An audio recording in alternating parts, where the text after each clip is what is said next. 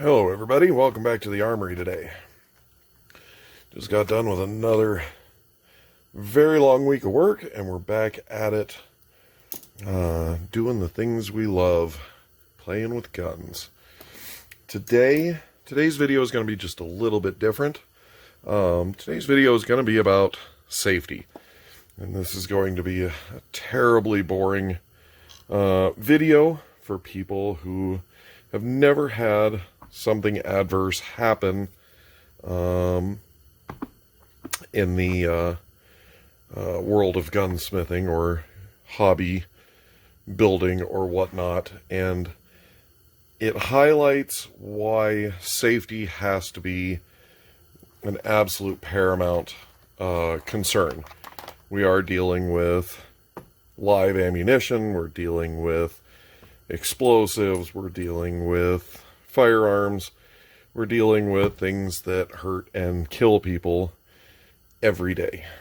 So, keeping a very strict regiment on safe handling is an absolute priority, and it keeps things from happening that you'll really regret happening. So, this is how I treat safety in my workshop, and it's kept me safe for better than a decade and has kept me going on, but that doesn't mean adverse things can still happen. And we don't know when something beyond our knowledge or control is going to happen.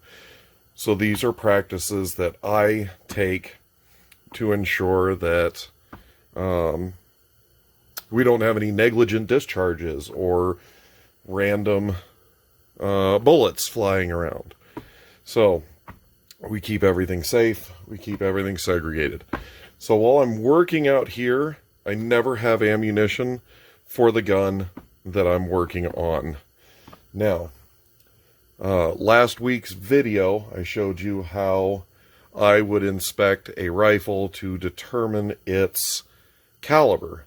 And something very interesting happened, and I'll show you on the video.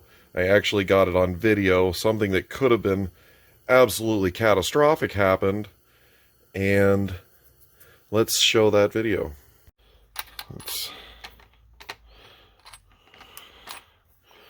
All right.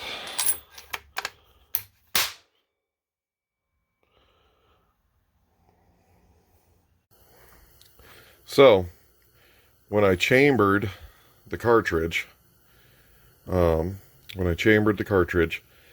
it discharged the primer. Now, it was not a fully loaded case. Generally, when I'm testing things, I buy these little snap caps, which are great for just testing things out.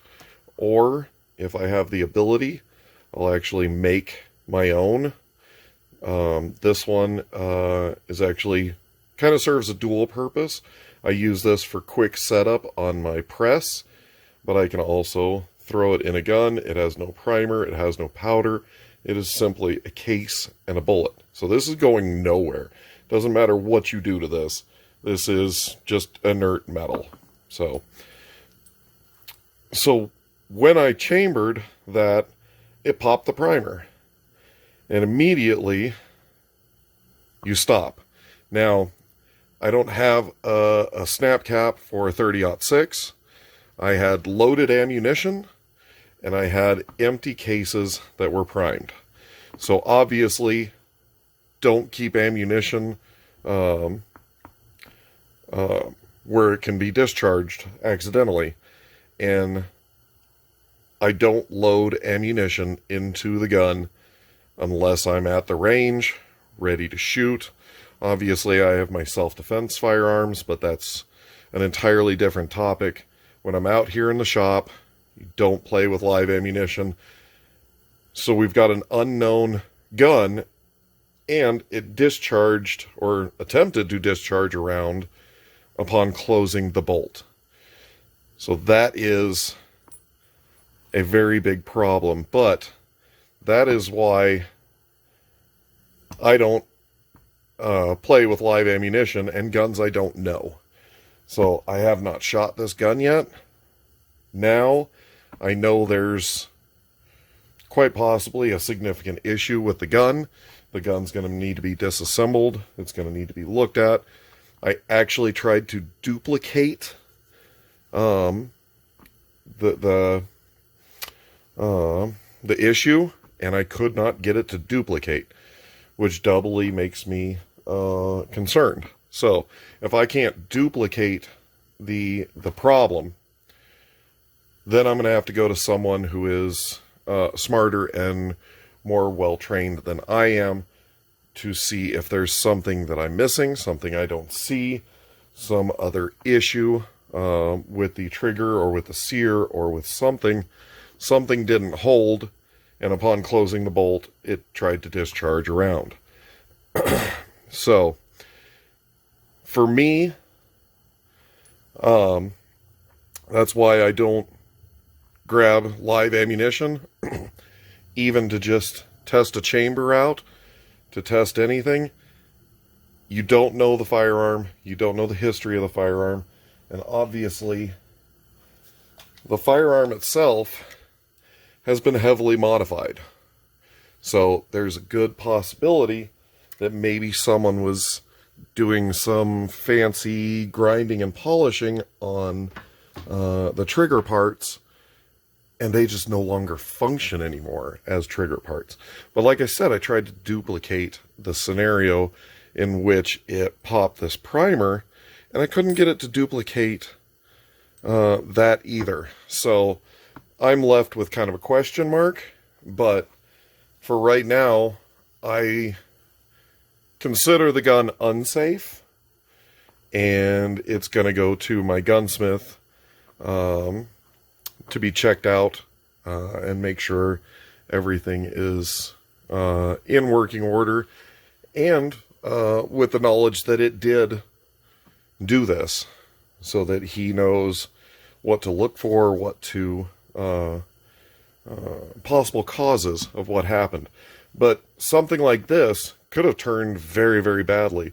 If there was someone out here with me, working with me, it could have easily, grievously injured or killed them.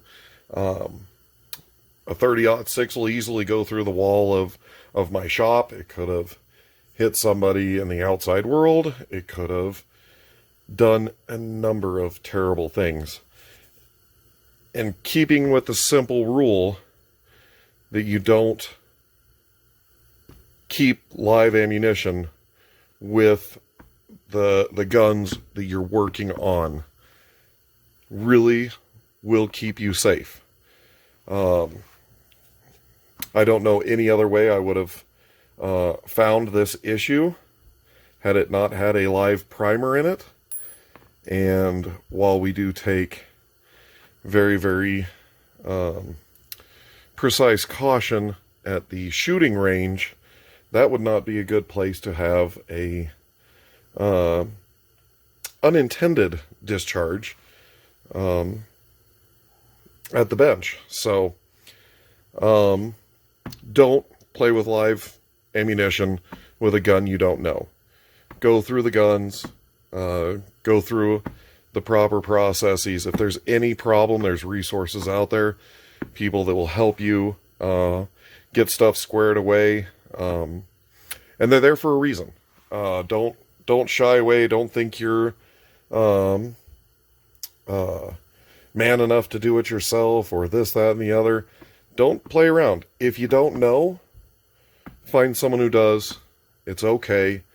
We don't all have to know everything. I am not a trained gunsmith. I've not been to a gunsmithing school or anything. And I've got gunsmiths that I work very closely with that help me on a lot of the machining and technical stuff. And that works great. But I also am pretty competent with a screwdriver and know how mechanics work. So I can see how a gun works. I can see how one thing leads to another. So I feel confident in doing what I do. But it also comes with a lot of forethought in safe operations, and this is exactly the forethought that that I bring to the shop, because like I said, this could have been a very catastrophic discharge had I grabbed a live round of ammunition and just said, you know, it's just chambering around, what could go wrong? So it's a good thing to keep your shop safe. It's a good thing to keep live ammunition out of your shop while you're working on the firearm. And yeah, keep everybody safe. That's how we all make it through this crazy world. All right, guys. I hope you enjoyed this PSA, and I'll see you on another video. Bye.